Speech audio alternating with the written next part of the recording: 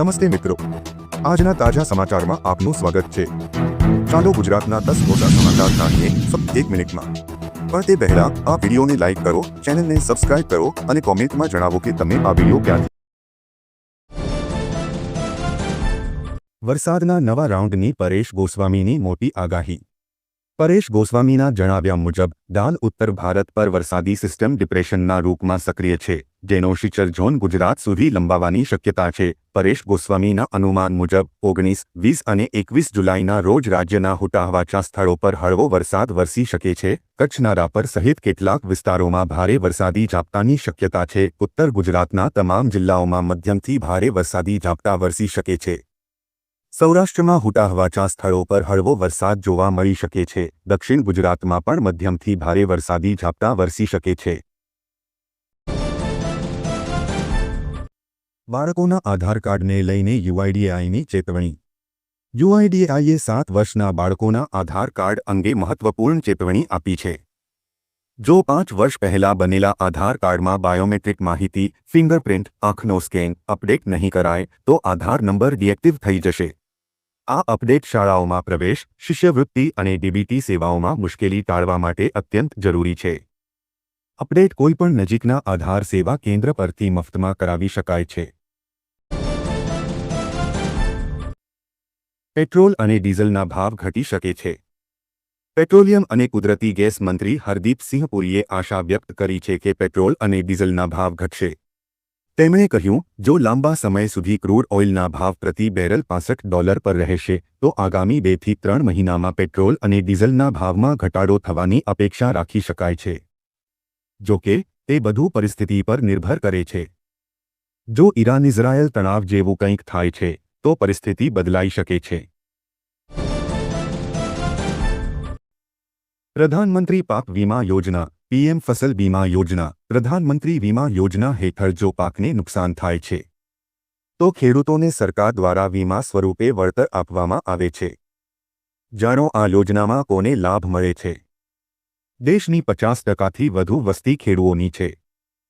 જ કારણ છે કે કેન્દ્ર સરકાર ખેડૂતો માટે અનેક પ્રકારની યોજનાઓ ચલાવે છે। દેશમાં ઘણા ખેડૂતો એવા છે જે આર્થિક રીતે સમૃદ્ધ નથી। તે ખેડૂતોને લાભ આપવા સન્માન નિધિ યોજના ચલાવે છે। સરકાર પ્રધાનમંત્રી કિસાન ઉપરાંત ઘણી વખત એવું જોવા મળ્યું છે કે હવામાનને કારણે અથવા વિવિધ કારણોસર પાકને નુકસાન થાય છે, જેના કારણો ખેડૂતોને ઘણું નુકસાન થાય છે। ભારત સરકારે ખેડૂતોને આ નુકસાનથી બચાવવા માટે પણ વ્યવસ્થા કરી છે।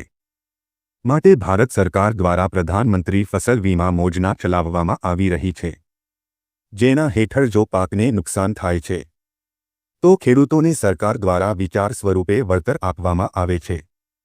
પરંતુ આ માટે કેટલાક નિયમો નક્કી કરવામાં આવ્યા છે। જાણો પ્રધાનમંત્રી ફસલ વીમા યોજનાનો લાભ કયા ખેડૂતોને મળે છે। તમને જણાવી દઈએ કે પ્રધાનમંત્રી ફસલ વીમા યોજનાનો લાભ ફક્ત તે ખેડૂતોને જ મળે છે જેઓ નોટિફાઈડ ઉપાડે છે, જેમાં ઘઉં, કઠોળ, તેલીબિયાં અને બાગાયતી પાકોનો સમાવેશ થાય છે। આ વીમા યોજનાની લાભ જમીન માલિકો, ખેતરમાં ખેતી કરનારાને મળે છે। કચ્છમાં ફરી એકવાર ભૂકંપના આંચકા। કચ્છમાં ફરી એકવાર ભૂકંપના આંચકા અનુભવાયા હતા। ગઈકાલે ભચાઉ નજીક 3.2 તીવ્રતાનો આંચકો નોંધાયો છે। સામે આવેલી માહિતી અનુસાર ભૂકંપનું કેન્દ્રબિંદુ ભચાઉથી 11 કિલોમીટર દૂર નોંધવામાં આવ્યું છે। કચ્છમાં 4 ફોલ્ટ લાઇન આવેલી હોવાથી સતત ભૂકંપના આંચકાઓ આવી રહ્યા છે।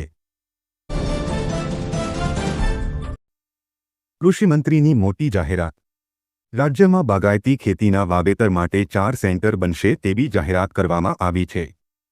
અમરેલી, દાહોદ, બનાસકાંઠા અને ગાંધીનગરમાં બાગાયતી ખેતી માટે સેન્ટર બનશે।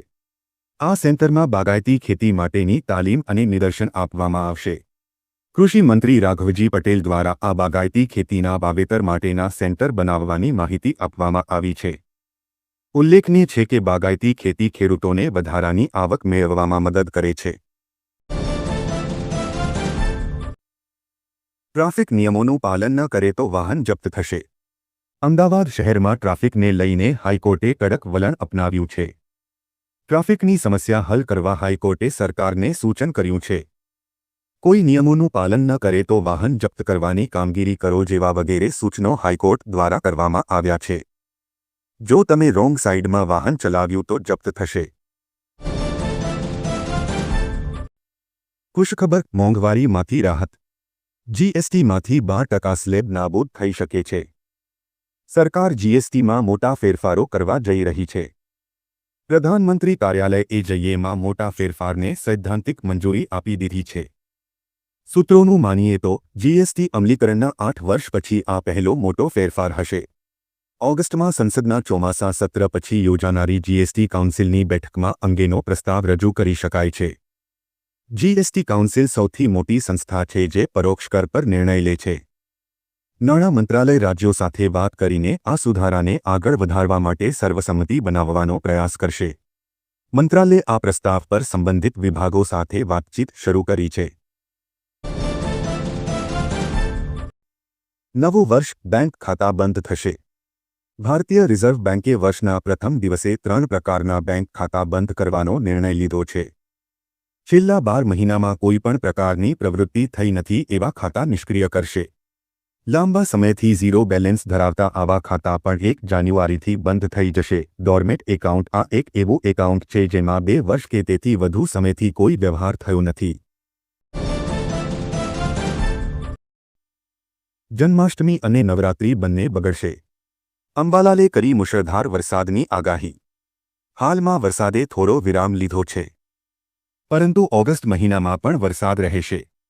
હવામાન શાસ્ત્રી અંબાલાલ પટેલે નવી આગાહી કરી છે કે 2 ઓગસ્ટના સૂર્ય આશ્લેષા નક્ષત્રમાં આવશે. કહેવાય છે કે આશ્લેષા ટકી તો ટકી અને ફગી તો ફગી. 2 થી 4 ઓગસ્ટના મુંબઈના ભાગોમાં વરસાદ રહેશે.